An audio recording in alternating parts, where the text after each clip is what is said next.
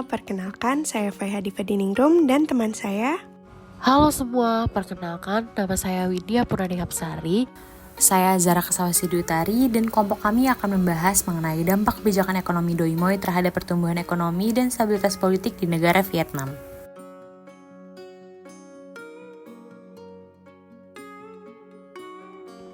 Vietnam merupakan salah satu negara yang terletak di Asia Tenggara dengan sistem satu partai yang dipimpin oleh Communist Party Vietnam atau CPV.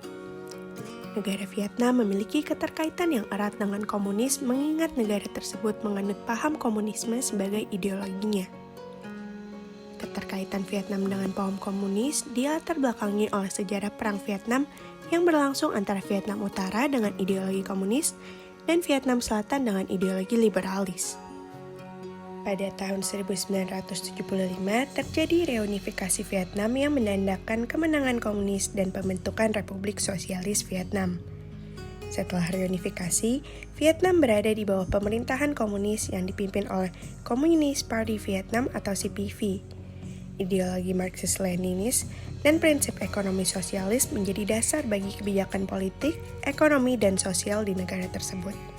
Vietnam terlibat dalam konflik lebih lanjut pada tahun 1978 dengan menggulingkan rezim Khmer Merah di Kamboja dan pada tahun 1979 dalam sengketa perbatasan dengan Cina terkait dengan invasi Vietnam ke Kamboja. Pada tahun 1980-an, Vietnam menghadapi permasalahan berupa stagnasi ekonomi akibat kebijakan ekonomi yang cacat.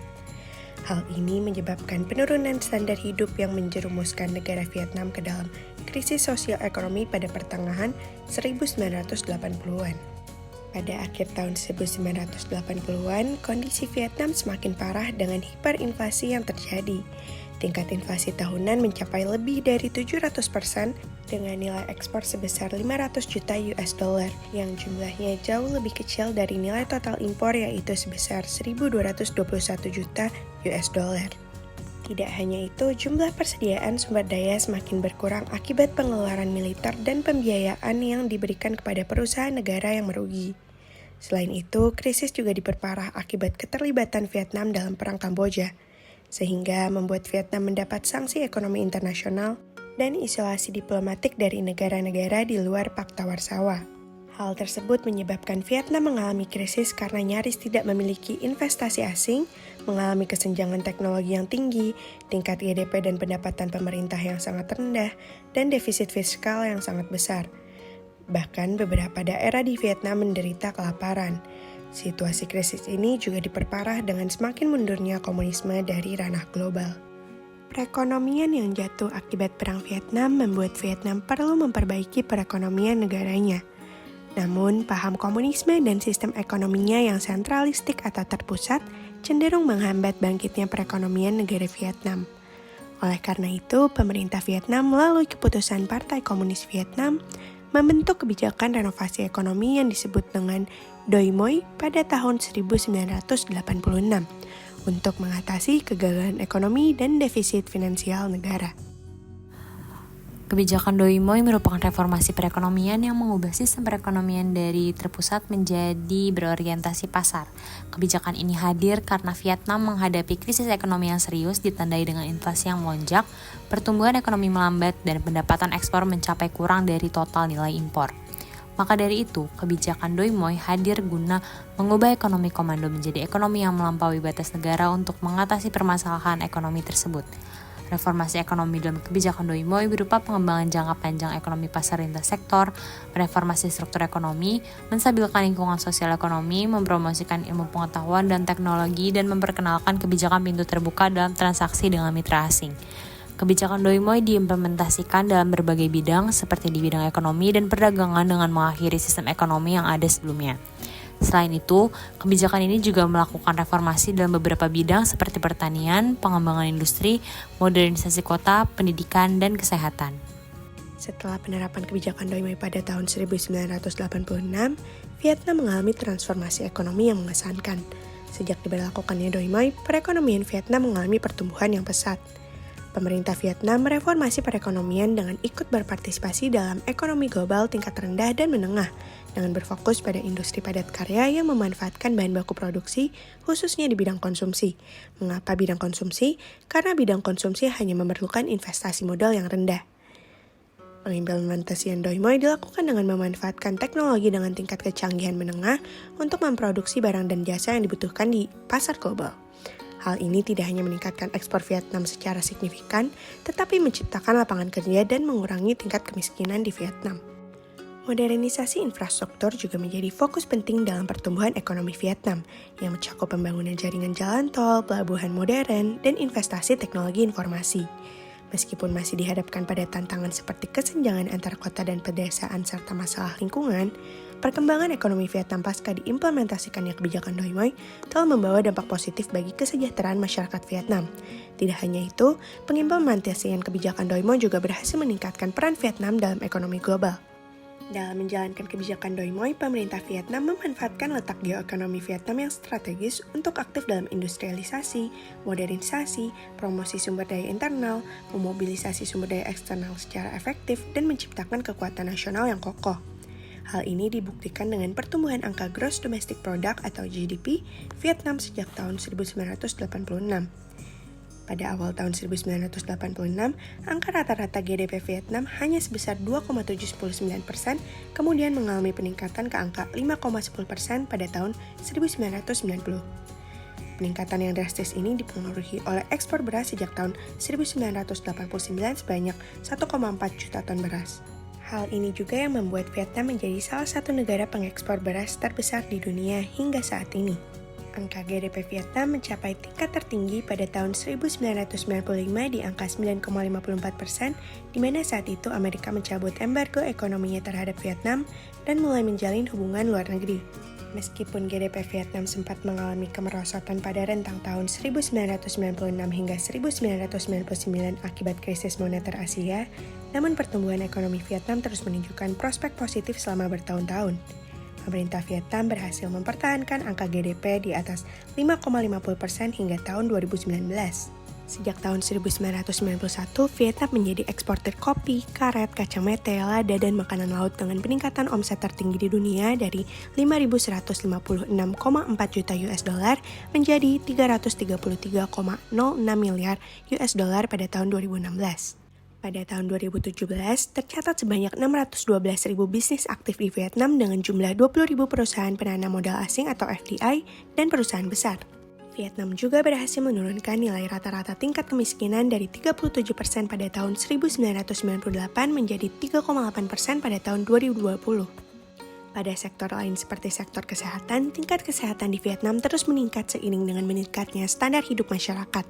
Angka harapan hidup meningkat dari 70,5 tahun pada tahun 1990 menjadi 75,5 tahun pada tahun 2020. Vietnam berkembang dari negara yang paling kurang berkembang pada tahun 1990 menjadi bagian dari jajaran negara berpenghasilan menengah pada tahun 2011. Tingkat pertumbuhan yang tinggi ini sebagian besar dipimpin oleh ekspor yang mengalami kenaikan rata-rata 21% per tahun, serta investasi asing yang memainkan peran penting dalam pertumbuhan ekonomi Vietnam. Secara garis besar, implementasi kebijakan Doi Moi mampu meningkatkan pertumbuhan ekonomi dan menurunkan tingkat kemiskinan di Vietnam. Jika membahas tentang sebuah kebijakan, maka perlu juga kita membahas mengenai pengaruh politiknya.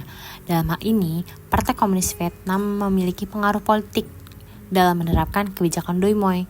Tentunya, terdapat kekuatan dan tantangan yang perlu dihadapi oleh Partai Komunis Vietnam. Kekuatan tersebut berasal dari sektor industri dan jasa.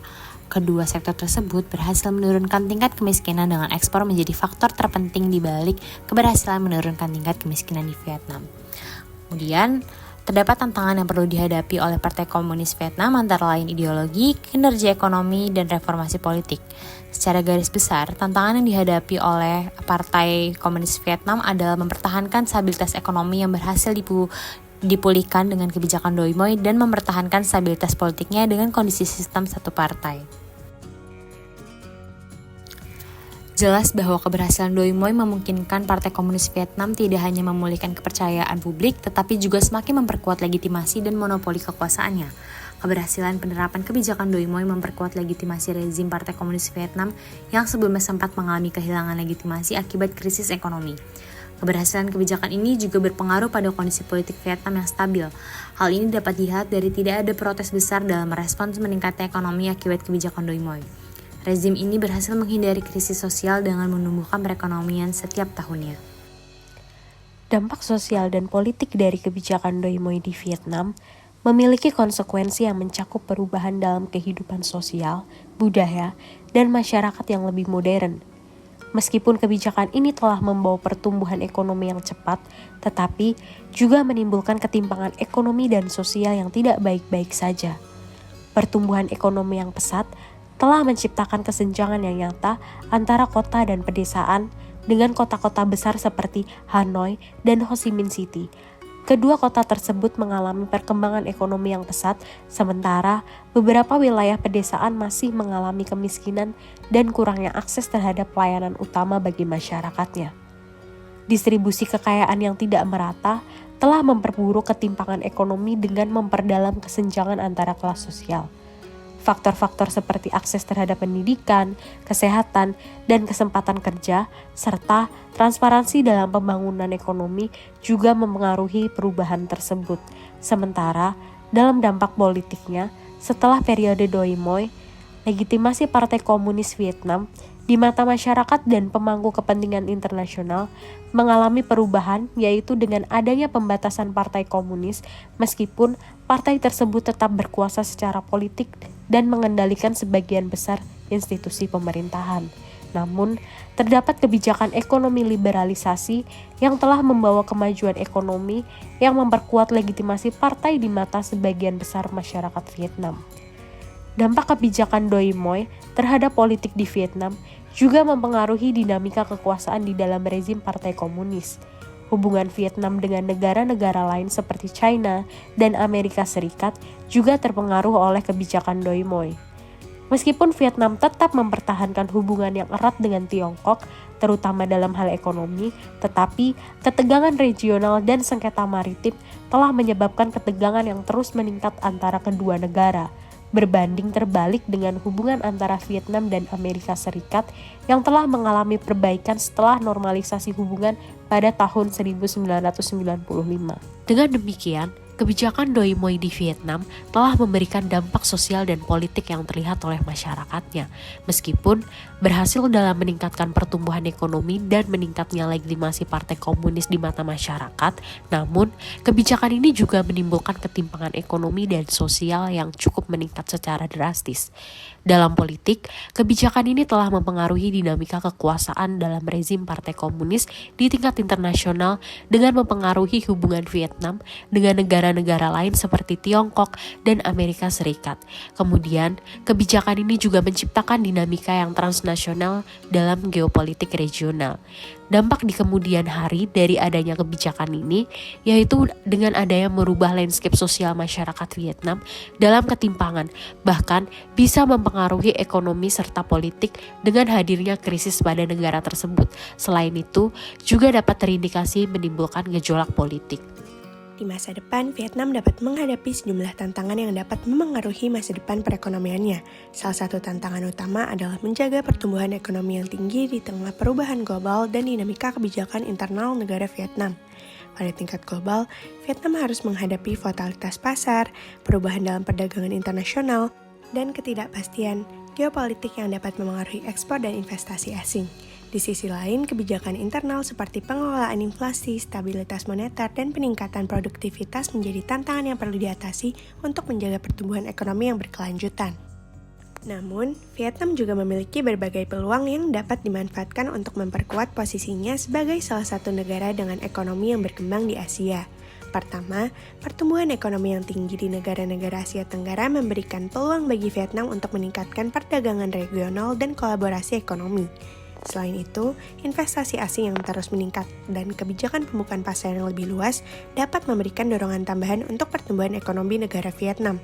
Vietnam juga memiliki potensi besar dalam sektor manufaktur, pertanian, dan teknologi yang dapat dioptimalkan untuk meningkatkan daya saing dan diversifikasi ekonomi negara Vietnam. Dengan mengelola tantangan seperti perubahan global dan kebijakan internal dengan baik dan memanfaatkan peluang-peluang yang ada, Vietnam memiliki potensi untuk terus menjadi salah satu negara dengan pertumbuhan ekonomi yang berkelanjutan di Asia.